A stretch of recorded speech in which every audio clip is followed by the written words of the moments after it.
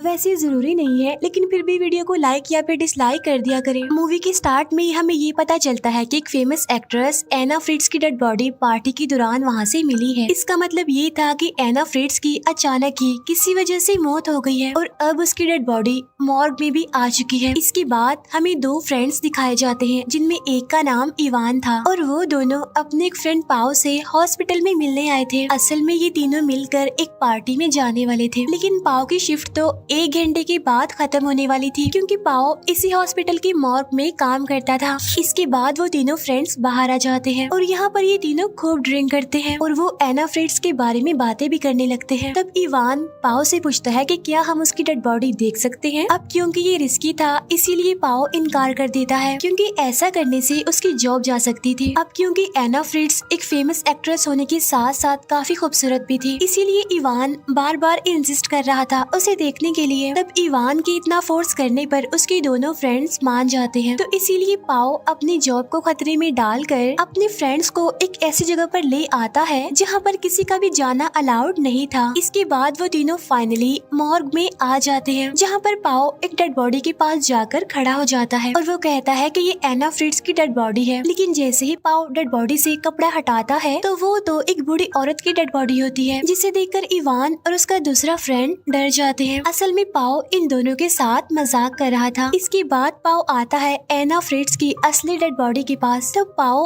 उसके फेस से कपड़ा हटाता है और अपने फ्रेंड्स को एना फ्रिट्ज दिखाता है। एना सच में ही बहुत खूबसूरत थी, जिसे देखकर इवान उसकी डेड बॉडी से कपड़ा और नीचे करता है, क्योंकि उसे यकीन नहीं आ रहा था कि वो इतनी फेमस एक्ट्रेस की डेड बॉडी के पास खड़ा हुआ है। तो इसीलिए वो एना फ्रिट्ज की बॉडी को टच करने लगता है। अब इवान की दोनों फ्रेंड्स को ये बात काफी अजीब लगती है, क्योंकि किसी डेड बॉडी के साथ ऐसा करना अच्छी बात नहीं थी। तब इवान जानबूझकर अपने फ्रेंड को भी एना को टच करने के लिए कहता है और तब इवान का फ्रेंड ऐसा ही करता है। लेकिन इसके बाद तो इवान सारी लिमिट से क्रॉस कर देता है। वो कहता है कि मैं एना के क्लोज आना चाहता हूँ, सिर्फ एक बार। तब इवान का फ्रेंड उसे ऐसा करने से मना करता है, लेकिन इवान तो जैसे जिद पर ही अड़ गया था। इवान ऐसा इसीलिए करना चाहता था क्योंकि उसके नजदीक वो एक फेमस एक्ट्रेस थी जो कि बहुत खूबसूरत थी, फिर चाहे वो जिंदा हो या फिर मरी हो, इससे उसे क्या फर्क पड़ने वाला था। तब पाओ उन दोनों को बताता है कि मैंने भी एक बार ऐसा किया था और वो इवान को कहता है कि अब तुम जैसा एना फ्रिट्ज के साथ करोगे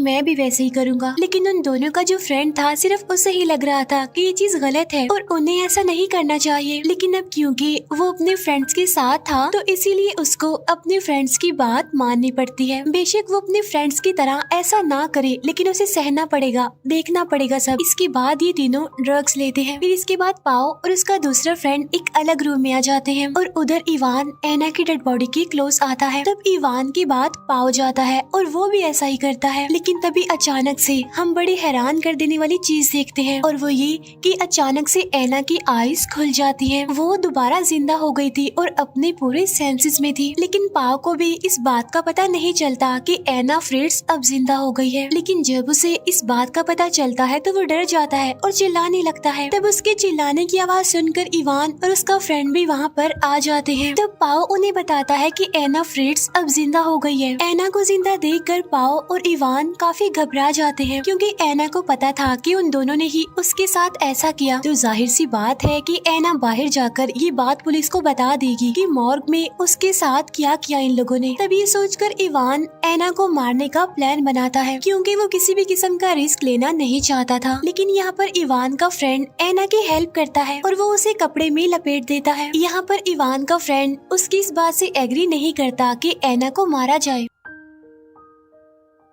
क्योंकि ऐसे कैसे वो किसी का मर्डर कर सकते हैं। तब इवान का फ्रेंड उससे कहता है कि तुमने एना के साथ ऐसा किया तो इस बात की सजा तो तुम्हें मिलनी ही चाहिए ना। तब इस बात की वजह से इवान और उसके फ्रेंड की लड़ाई हो जाती है और इस लड़ाई में इवान अपने फ्रेंड को बहुत मारता है। तब पाओ आकर उन दोनों की लड़ाई छुड़वाता है। तभी इवान को रियलाइज होता है कि उसने अपने फ्रेंड को इतना ज्यादा मारा है जिसकी वजह से उसके फ्रेंड के सर में काफी गहरी चोट लगी है और उसके सर से काफी खून भी निकल रहा है। तो इसीलिए उसके दोनों फ्रेंड्स उसे फर्स्ट एड देने का सोचते हैं। लेकिन हम देखते हैं कि जब पाओ का एक कुलीग एक डेड बॉडी को लेकर यहाँ पर आया था तो ये तीनों उसे देखकर चुप गए थे। तब पाओ के कुलीग ने डेड बॉडी को वहाँ पर रखा। इसके बाद वो उस मुर्दा घर को लॉक लगाकर वहाँ से चला गया। इट्स मीन अब ये तीनों यहाँ से बाहर नहीं जा सकते थे। तो जाहिर सी बात है वो अपने फ्रेंड को भी फर्स्ट एड नहीं दे सकते थे। यहाँ पर एना भी खुद को बचाने के लिए कुछ नहीं कर सकती थी क्योंकि वो काफी घंटों के बाद दोबारा जिंदा हो गई थी। तो इसीलिए उसकी लेग्स तो बिल्कुल बेजान थी और उसके हाथ भी मूव नहीं कर रहे थे। फिर पाओ और इवान एना और अपने फ्रेंड को एक दूसरे रूम में ले आते हैं। इसके बाद पाओ अपने कपड़े चेंज कर लेता है लेकिन तभी उसका कुलीग भी वहाँ पर आ जाता है। तब एना चिल्लाकर उसे बताने की कोशिश करती है कि मैं जिंदा हूँ और खतरे में हूँ, लेकिन इवान ये बोलने से पहले ही उसके मुंह पर हाथ रख कर उसका मुंह बंद कर देता है। इसके बाद पाओ अपने कुलीग के साथ वहाँ से चला जाता है। इवान का फ्रेंड बिल्कुल भी सांस नहीं ले रहा था जिसे देखकर इवान काफी घबरा जाता है। तब एना कहती है कि शायद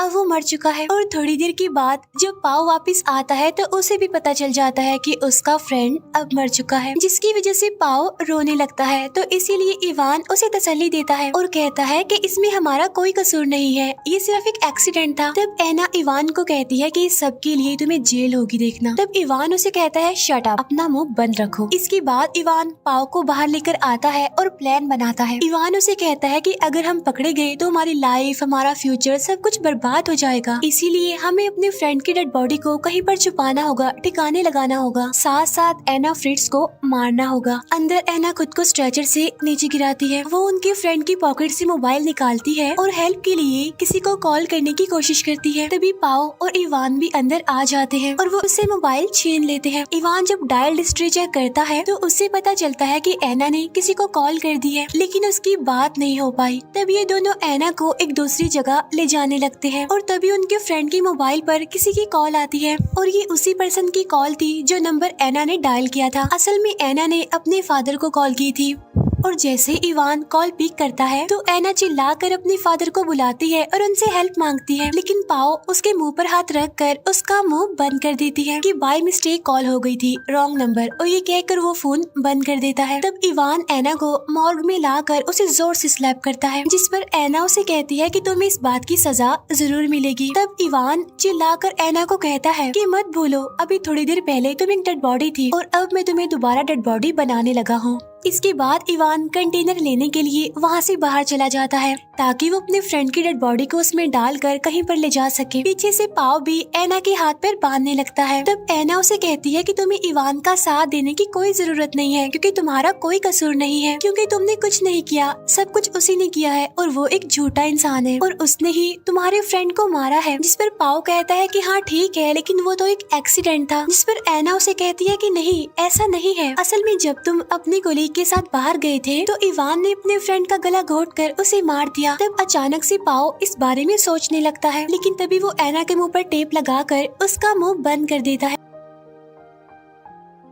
तब मौके का फायदा उठाकर एना क्रॉलिंग करते हुए मॉर्ग से बाहर आ जाती है और यहाँ से बचकर वो निकल जाती है। इवान भी कंटेनर लेकर वापिस आ रहा होता है, लेकिन पाओ खून साफ करने में बिजी था। तभी इवान वहाँ पर आकर पाओ को बताता है कि एना भाग चुकी है। तभी ये दोनों एना को ढूंढने लगते हैं। एना जो कि क्रॉलिंग करते हुए अब लिफ्ट में आ गई थी और वो बस यहाँ से निकलने ही वाली होती है, लेकिन तभी इवान वहाँ पर आकर लिफ्ट का दरवाजा बंद होने से पहले रोक देता है और वो एना को लेकर दोबारा से मॉर्ग में आ जाता है। इसके बाद पाओ इवान को कहता है कि मैं जानता हूँ कि तुमने ही हमारे फ्रेंड को मारा है। जिस पर इवान उसे कहता है कि हाँ, उसे मैंने ही मारा था, लेकिन वो एक एक्सीडेंट था, मैंने जानबूझकर नहीं मारा उसे। जिस पर पाओ कहता है कि नहीं, तुम झूठ बोल रही हो, तुमने उसका गला घोंटकर मारा है उसे। तब ये बात सुनकर इवान नर्वस हो जाता है, जैसे सच में उसे नहीं अपने फ्रेंड का गला घोंटकर उसे मारा हो। लेकिन इवान फिर भी इनकार करते हुए कहता है कि नहीं, ये झूठ है और तुम्हें एना की बातों में नहीं आना चाहिए। इसके बाद पाओ और इवान डिसाइड करते हैं कि एना को किस तरह मारा जाए जिससे कोई भी सबूत ना रहे। तब इवान एना के सांस से रोककर उसे मारने के लिए कहता है, जिसके लिए पाओ इवान को एक कपड़ा लाकर देता है। तब इवान वापिस से कपड़ा पाओ को दे देता है और उससे कहता है कि मैं नहीं, तुम मारोगे एना को। लेकिन पाओ एना को मारना नहीं चाहता क्योंकि उनके फ्रेंड को भी तो इवान नहीं मारा था। अब क्योंकि इवान इस पूरे क्राइम का रिस्पॉन्सिबल खुद को नहीं बनाना चाहता था, इसीलिए इवान पाओ का हाथ पकड़ लेता है और जबरदस्ती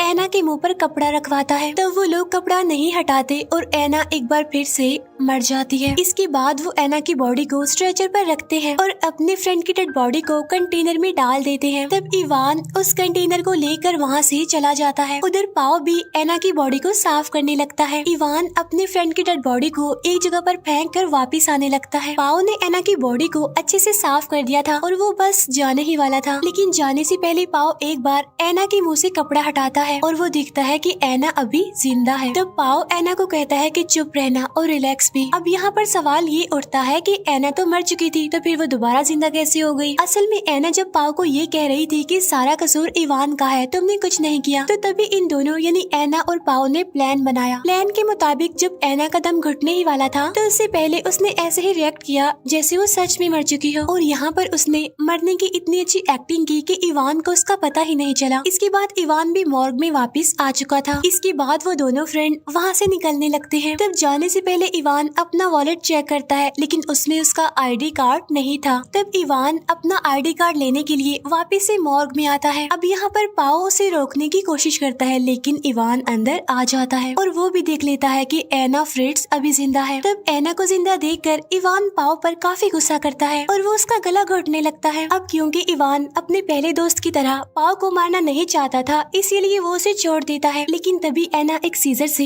इवान के गले पर स्टैब करती है, जिससे उसका गला कट जाता है और थोड़ी देर के बाद इवान की मौत हो जाती है। तब ये देखकर पाओ एना को कहता है कि हमने ऐसा नहीं करना था। तब एना पाओ को भी स्टैब करके उसे भी जान से मार डालती है और इसी के साथ ये मूवी यहीं पर एंड हो जाती है। Thank you for watching.